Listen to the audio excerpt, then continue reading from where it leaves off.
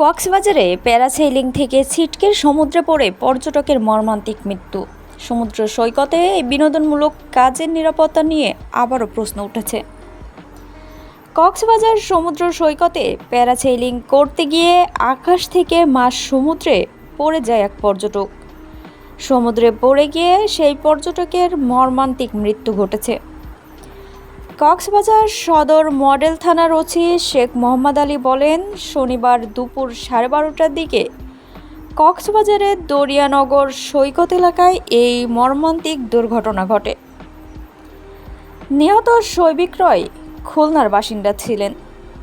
তিনি 9 সদস্যের একটি পর্যটক দলের সঙ্গে কক্সবাজার বেড়াতে এসেছিলেন। জেলা প্রশাসনের পর্যটন সেলের নির্বাহী ম্যাজিস্ট্রেট মাহমুদুল হাসান বলেন, দরিয়ানগর এলাকায় প্যারাসেইলিং করার সময় সমুদ্রে পড়ে ওই পর্যটক গুরুতর আহত হন। পরে তাকে উদ্ধার করে কক্সবাজার সদর হাসপাতালে নেওয়া হয়। সেই সদর হাসপাতালে নেওয়া হলে চিকিৎসক তাকে মৃত ঘোষণা করেন।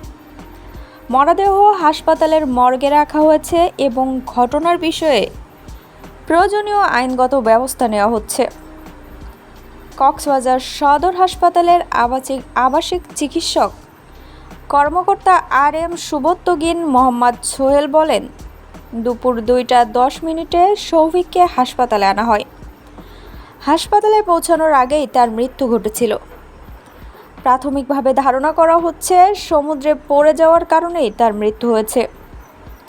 তবে ময়নাতদন্তের প্রতিবেদন পাওয়ার পর মৃত্যুর সুনির্দিষ্ট কারণ জানা যাবে।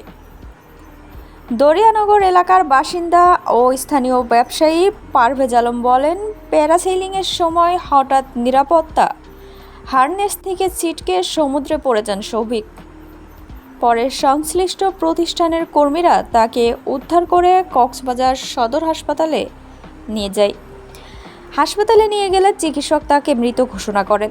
দুর্ঘটনার পর হাসপাতাল প্রাঙ্গণে নিহতের স্বজন ও সফর সঙ্গীদের আহাজারিতে শোকের পরিবেশ সৃষ্টি হয়।